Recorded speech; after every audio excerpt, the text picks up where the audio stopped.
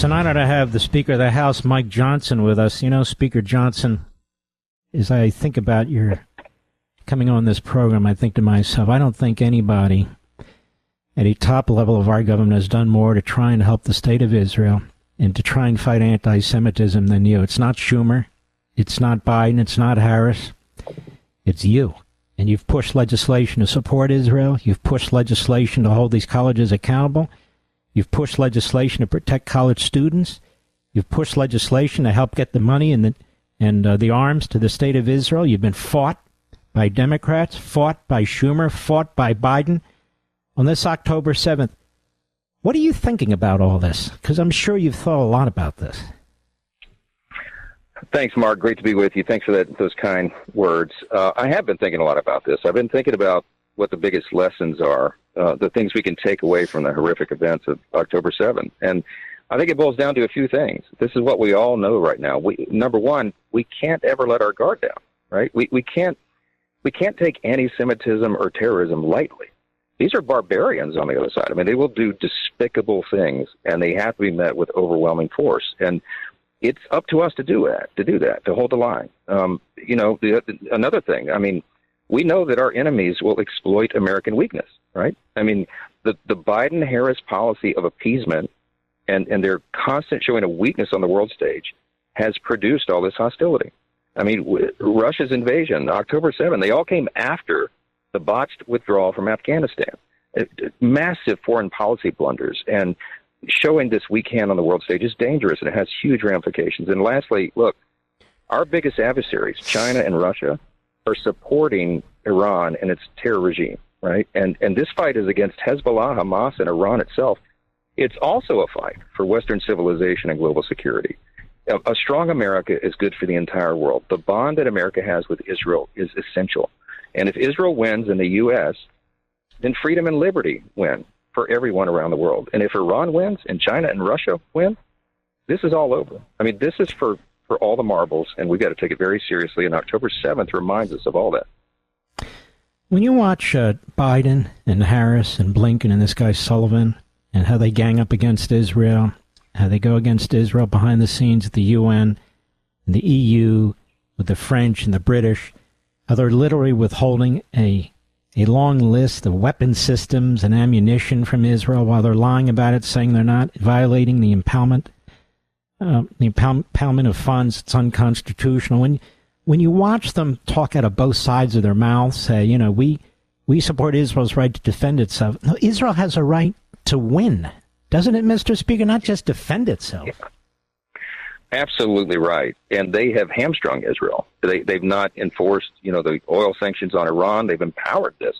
And they're still, as you noted, they are absolutely withholding bombs and weapon systems. I mean, it's inexcusable.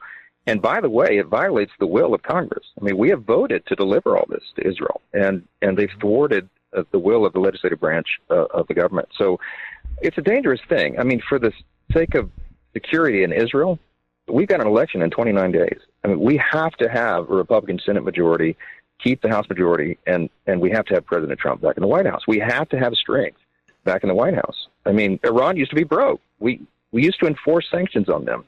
This regime is not doing it. And we have to have a leader who unequivocally supports Israel and doesn't stall aid and resources and speak out of both sides of his mouth. I mean, this weakness has caused the disaster that we're witnessing today. And we need strength, and we need it right away. So it can't happen soon enough. 29 days. It's almost frightening, because the consequences are so monumental for our country, for our allies, just so monumental. Let's talk about this for a moment. Kamala Harris didn't attend a single pre-hurricane meeting when it came to Hurricane Helene. To my knowledge, she hasn't been meeting with FEMA. We have this massive new Hurricane Milton that's going to blow through the state of Florida. They come to you at the last minute and they say, hey, FEMA doesn't have any money. They know Congress takes time. They know the members are out running for re-election, including Democrats. Is this just these people are lazy and incompetent and they just don't want to do the hard work of running a country? I think that's part of it. I think it's utter incompetence. I mean, they have failed the American people with their utter lack of leadership in responding to this hurricane. Mark, I'm from Louisiana. We know hurricanes. We know disasters. We know these events well. The thing about a hurricane is it's entirely foreseeable. We know about a hurricane at least a week in advance and sometimes 2 weeks, right? It's not like a tornado that drops out of the sky or an earthquake. We see it coming, and they knew this was going to happen. We appropriated $20 billion additional dollars Wednesday before last, before everyone went home to go campaign.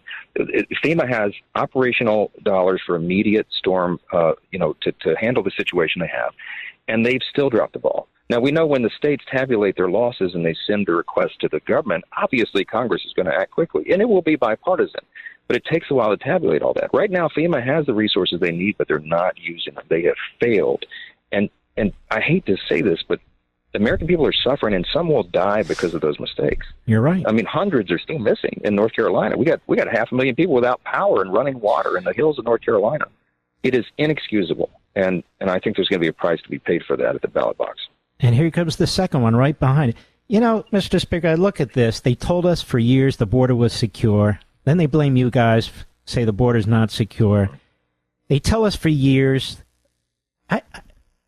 They just lie to us. I think the ruling class, particularly in the Democrat Party and the left, the gap between the people and Washington, D.C. is so great that they have to lie. They have to raise hundreds of millions, if not billions of dollars in their campaigns to lie to the American people, tell us inflation isn't as bad as you think, unemployment is not as bad as you think, the border's secure, and if it's not, it's their fault over there. Oh, we have people on the ground. The people in western North Carolina are saying, we haven't seen FEMA people. It takes a week to send out the 82nd Airborne and 2 more days to send out the 101st. Why? That's the big question. And we know there are military assets available and ready to be deployed, and they weren't. We know that there were volunteer organizations, nonprofits, local churches, and Samaritan's Purse and others who some of these organizations were impeded in trying to get to the people they were trying to serve. Elon Musk, I talked to him myself a couple of nights ago. His Starlink people were trying to get comms, communications to people stuck in the mountains, and FEMA stopped them. Told them they couldn't go because they needed an appointment with the people they were meeting with. I mean, it's madness. We had to cut through all the red tape so that Elon could benevolently try to help people. I mean, it shouldn't be this way, and this is failed leadership. And Kamala Harris cannot lie her way into office. She can't erase this horrific record. She's a radical San Francisco, radical liberal, and she supports everything that the American people are against. And our job is to make sure we prosecute that case and that people know the facts. They're trying to run a campaign on fantasy, not facts. I'm so grateful to you, Mark, for getting the word out constantly on this. You're one of the boldest voices we have, and you got one of the biggest platforms, and I'm so grateful you're willing to use it, my friend. Well, I thank you. Now, one last message to the American people. Tell them why they need to get out and vote early if their state allows it, and vote now. We have to vote now. As Trump says so well, we got to make it too big to rig. There's going to be hijinks. There's going to be all sorts of efforts to obscure this. If this race is on record, not rhetoric, policy, not personality, we win every day and Sunday. It's got to happen. You got to get your friends to vote. This is the most important election that we'll ever have. I'm convinced of that. It decides everything. But we can win if the American people will get involved. I hope they will.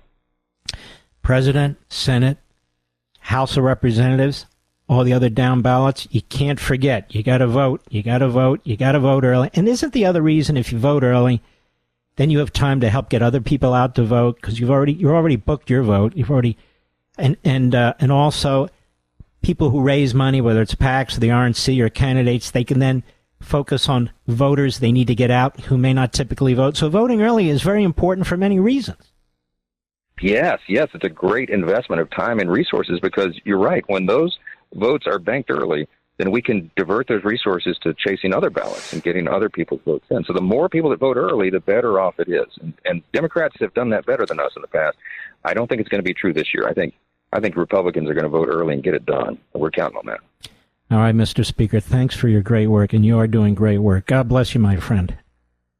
Thank you, my friend. Good to talk to you. Always a pleasure. You take care of yourself.